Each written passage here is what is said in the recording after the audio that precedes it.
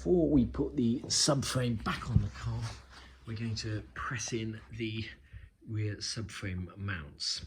And it's important that you do this correctly. In our case, it's going to be slightly more difficult because having had this powder coated, it's going to be slightly more difficult getting this pressed in. So the first thing to notice is that here and here there are two rivets, okay? And you need to make sure that the rivets line up with one of the grooves here and here, okay? And the best way to sort of imagine it and envisage it is to make sure that this edge here, which is a straight edge, is parallel with this edge there. Okay, so those two edges should be parallel. The next thing that's going to make your life a little bit easier is to lubricate this. But whenever you're lubricating rubber, you should never use anything petroleum based. So we're going to use the special lubricant that Mercedes recommend for this purpose here. And we're just going to use a paintbrush to paint it around the edges here. And then we're going to see if we can use our wonderful press kit that we used for the bearings as a press to get these seals in, sorry, these mounts in. Press the mounts in. You may be tempted to press against the center metal bit, but you're better off pressing around the edge like so, because you can see that this center metal bit is actually not attached particularly well to the mount, and it's quite easy to potentially push it through or deform the mount by pressing on that. So press around it when you're pushing it in. We'll be using the 70/60 to press against the back of the mount like so.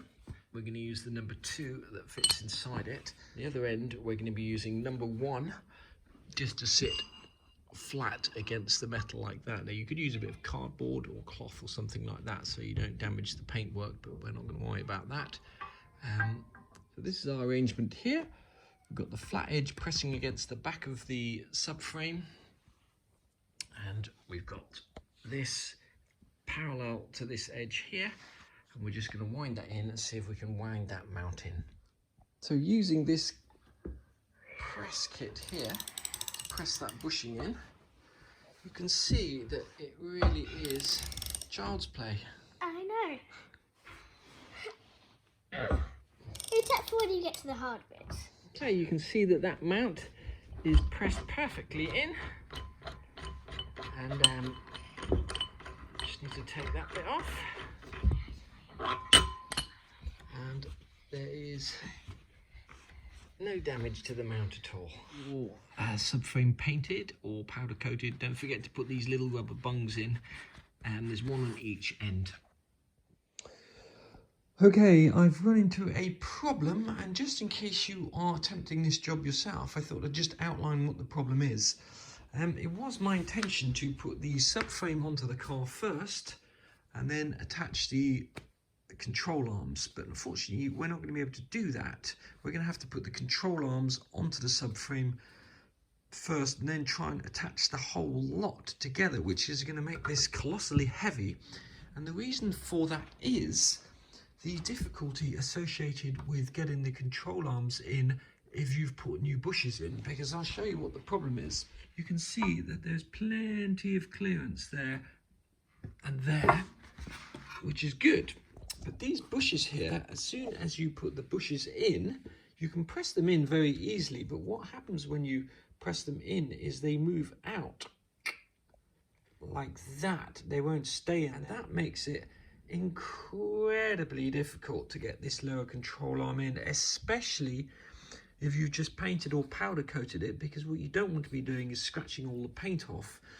And these rear control arm bushes are different from the front control arms. On the front control arms, you had 2 bushes, one came in on each side. On the rear control arms, it's just 1 bush, and the back of it is metal, and that's significant as well, because you can see that that bush only just fits in there. It's a very, very tight fit, and it is going to take off some of the paint when you actually put that in there. So it's a very, very snug fit, and I can't see any way that you're going to be able to get this control arm onto the subframe once the subframe's on the car, because it takes an awful lot of maneuvering and messing about to get that in. And I'm going to show you the method that we used, but as I say, I would not want to attempt that method once the subframe's actually on the car, because these bits become very inaccessible.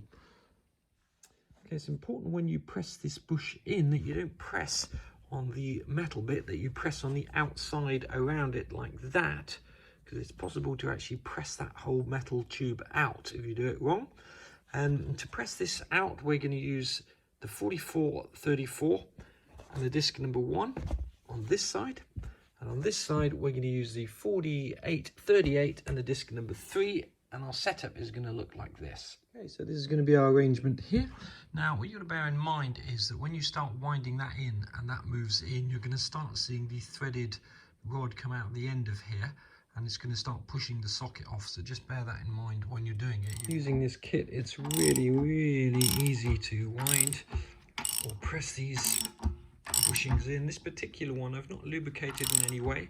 I want to see if that makes a difference to them actually coming out. I don't think it will make a difference, but we'll soon find out. Okay, I'm just going to try putting this bushing in the freezer for a few hours to see if we can shrink that down, and that may just stop it wanting to come out once you've squeezed it in. So we'll pop that in the freezer and see if that makes the blind bit of difference. Okay, our bushing has been sitting in the freezer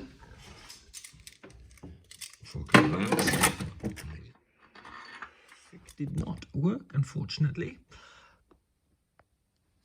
What we've done is we just used a couple of aluminium bars and just pressed them across here, and on the back we've used this as a press, because we can't put a bar straight across there because this actually protrudes out, and as you tighten that you wouldn't be able to get that out. So what we've used is a slightly offset tube like that, and we've used two of these little rods, and we've managed to press this in so that we've got this side kind of in, and now we're going to see if we can just use brute force on top of the control arm. We've put plenty of that Mercedes lubricant on this card here because we don't want to scratch the paint, so we're going to wedge a card in down there so we don't scratch the paint.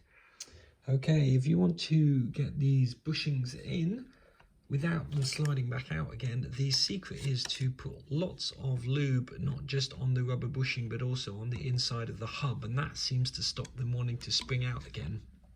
Literally ages to get that bolt in, and what's quite useful is these bolts here which go through the rear subframe mounts are quite useful because they're tapered at the end there, so make sure you don't damage the threads, but sometimes they're quite useful for hammering in because it lines up the control arm with that hole perfectly. Next video is going to be all about the cost of doing this job and the tools you will need, and then we'll do a separate video of how to get all of that subframe back in the car. We got the rear control arm bushings from a company called Simply Car Parts and via eBay. We paid £23.82 delivered for both sides. That's February part number 04996. You can get the rear subframe mounts as a kit, and it's really expensive. The cheapest place we found to get it was this company here, MB Classics in Germany, and we bought the mounts and the two shims or donuts separately. The total, including postage, came to €153.69. I've mentioned this press kit before, really good, and we paid £53.88 from eBay off these guys. I suggest you rush out and buy the Mercedes lubricant, because this little container here costs about £50. It does last an awful long time, and just for those people who are interested, it is a 000-989-0860. There are plenty of alternatives, I'm sure, but this stuff does work remarkably well. And there you have it.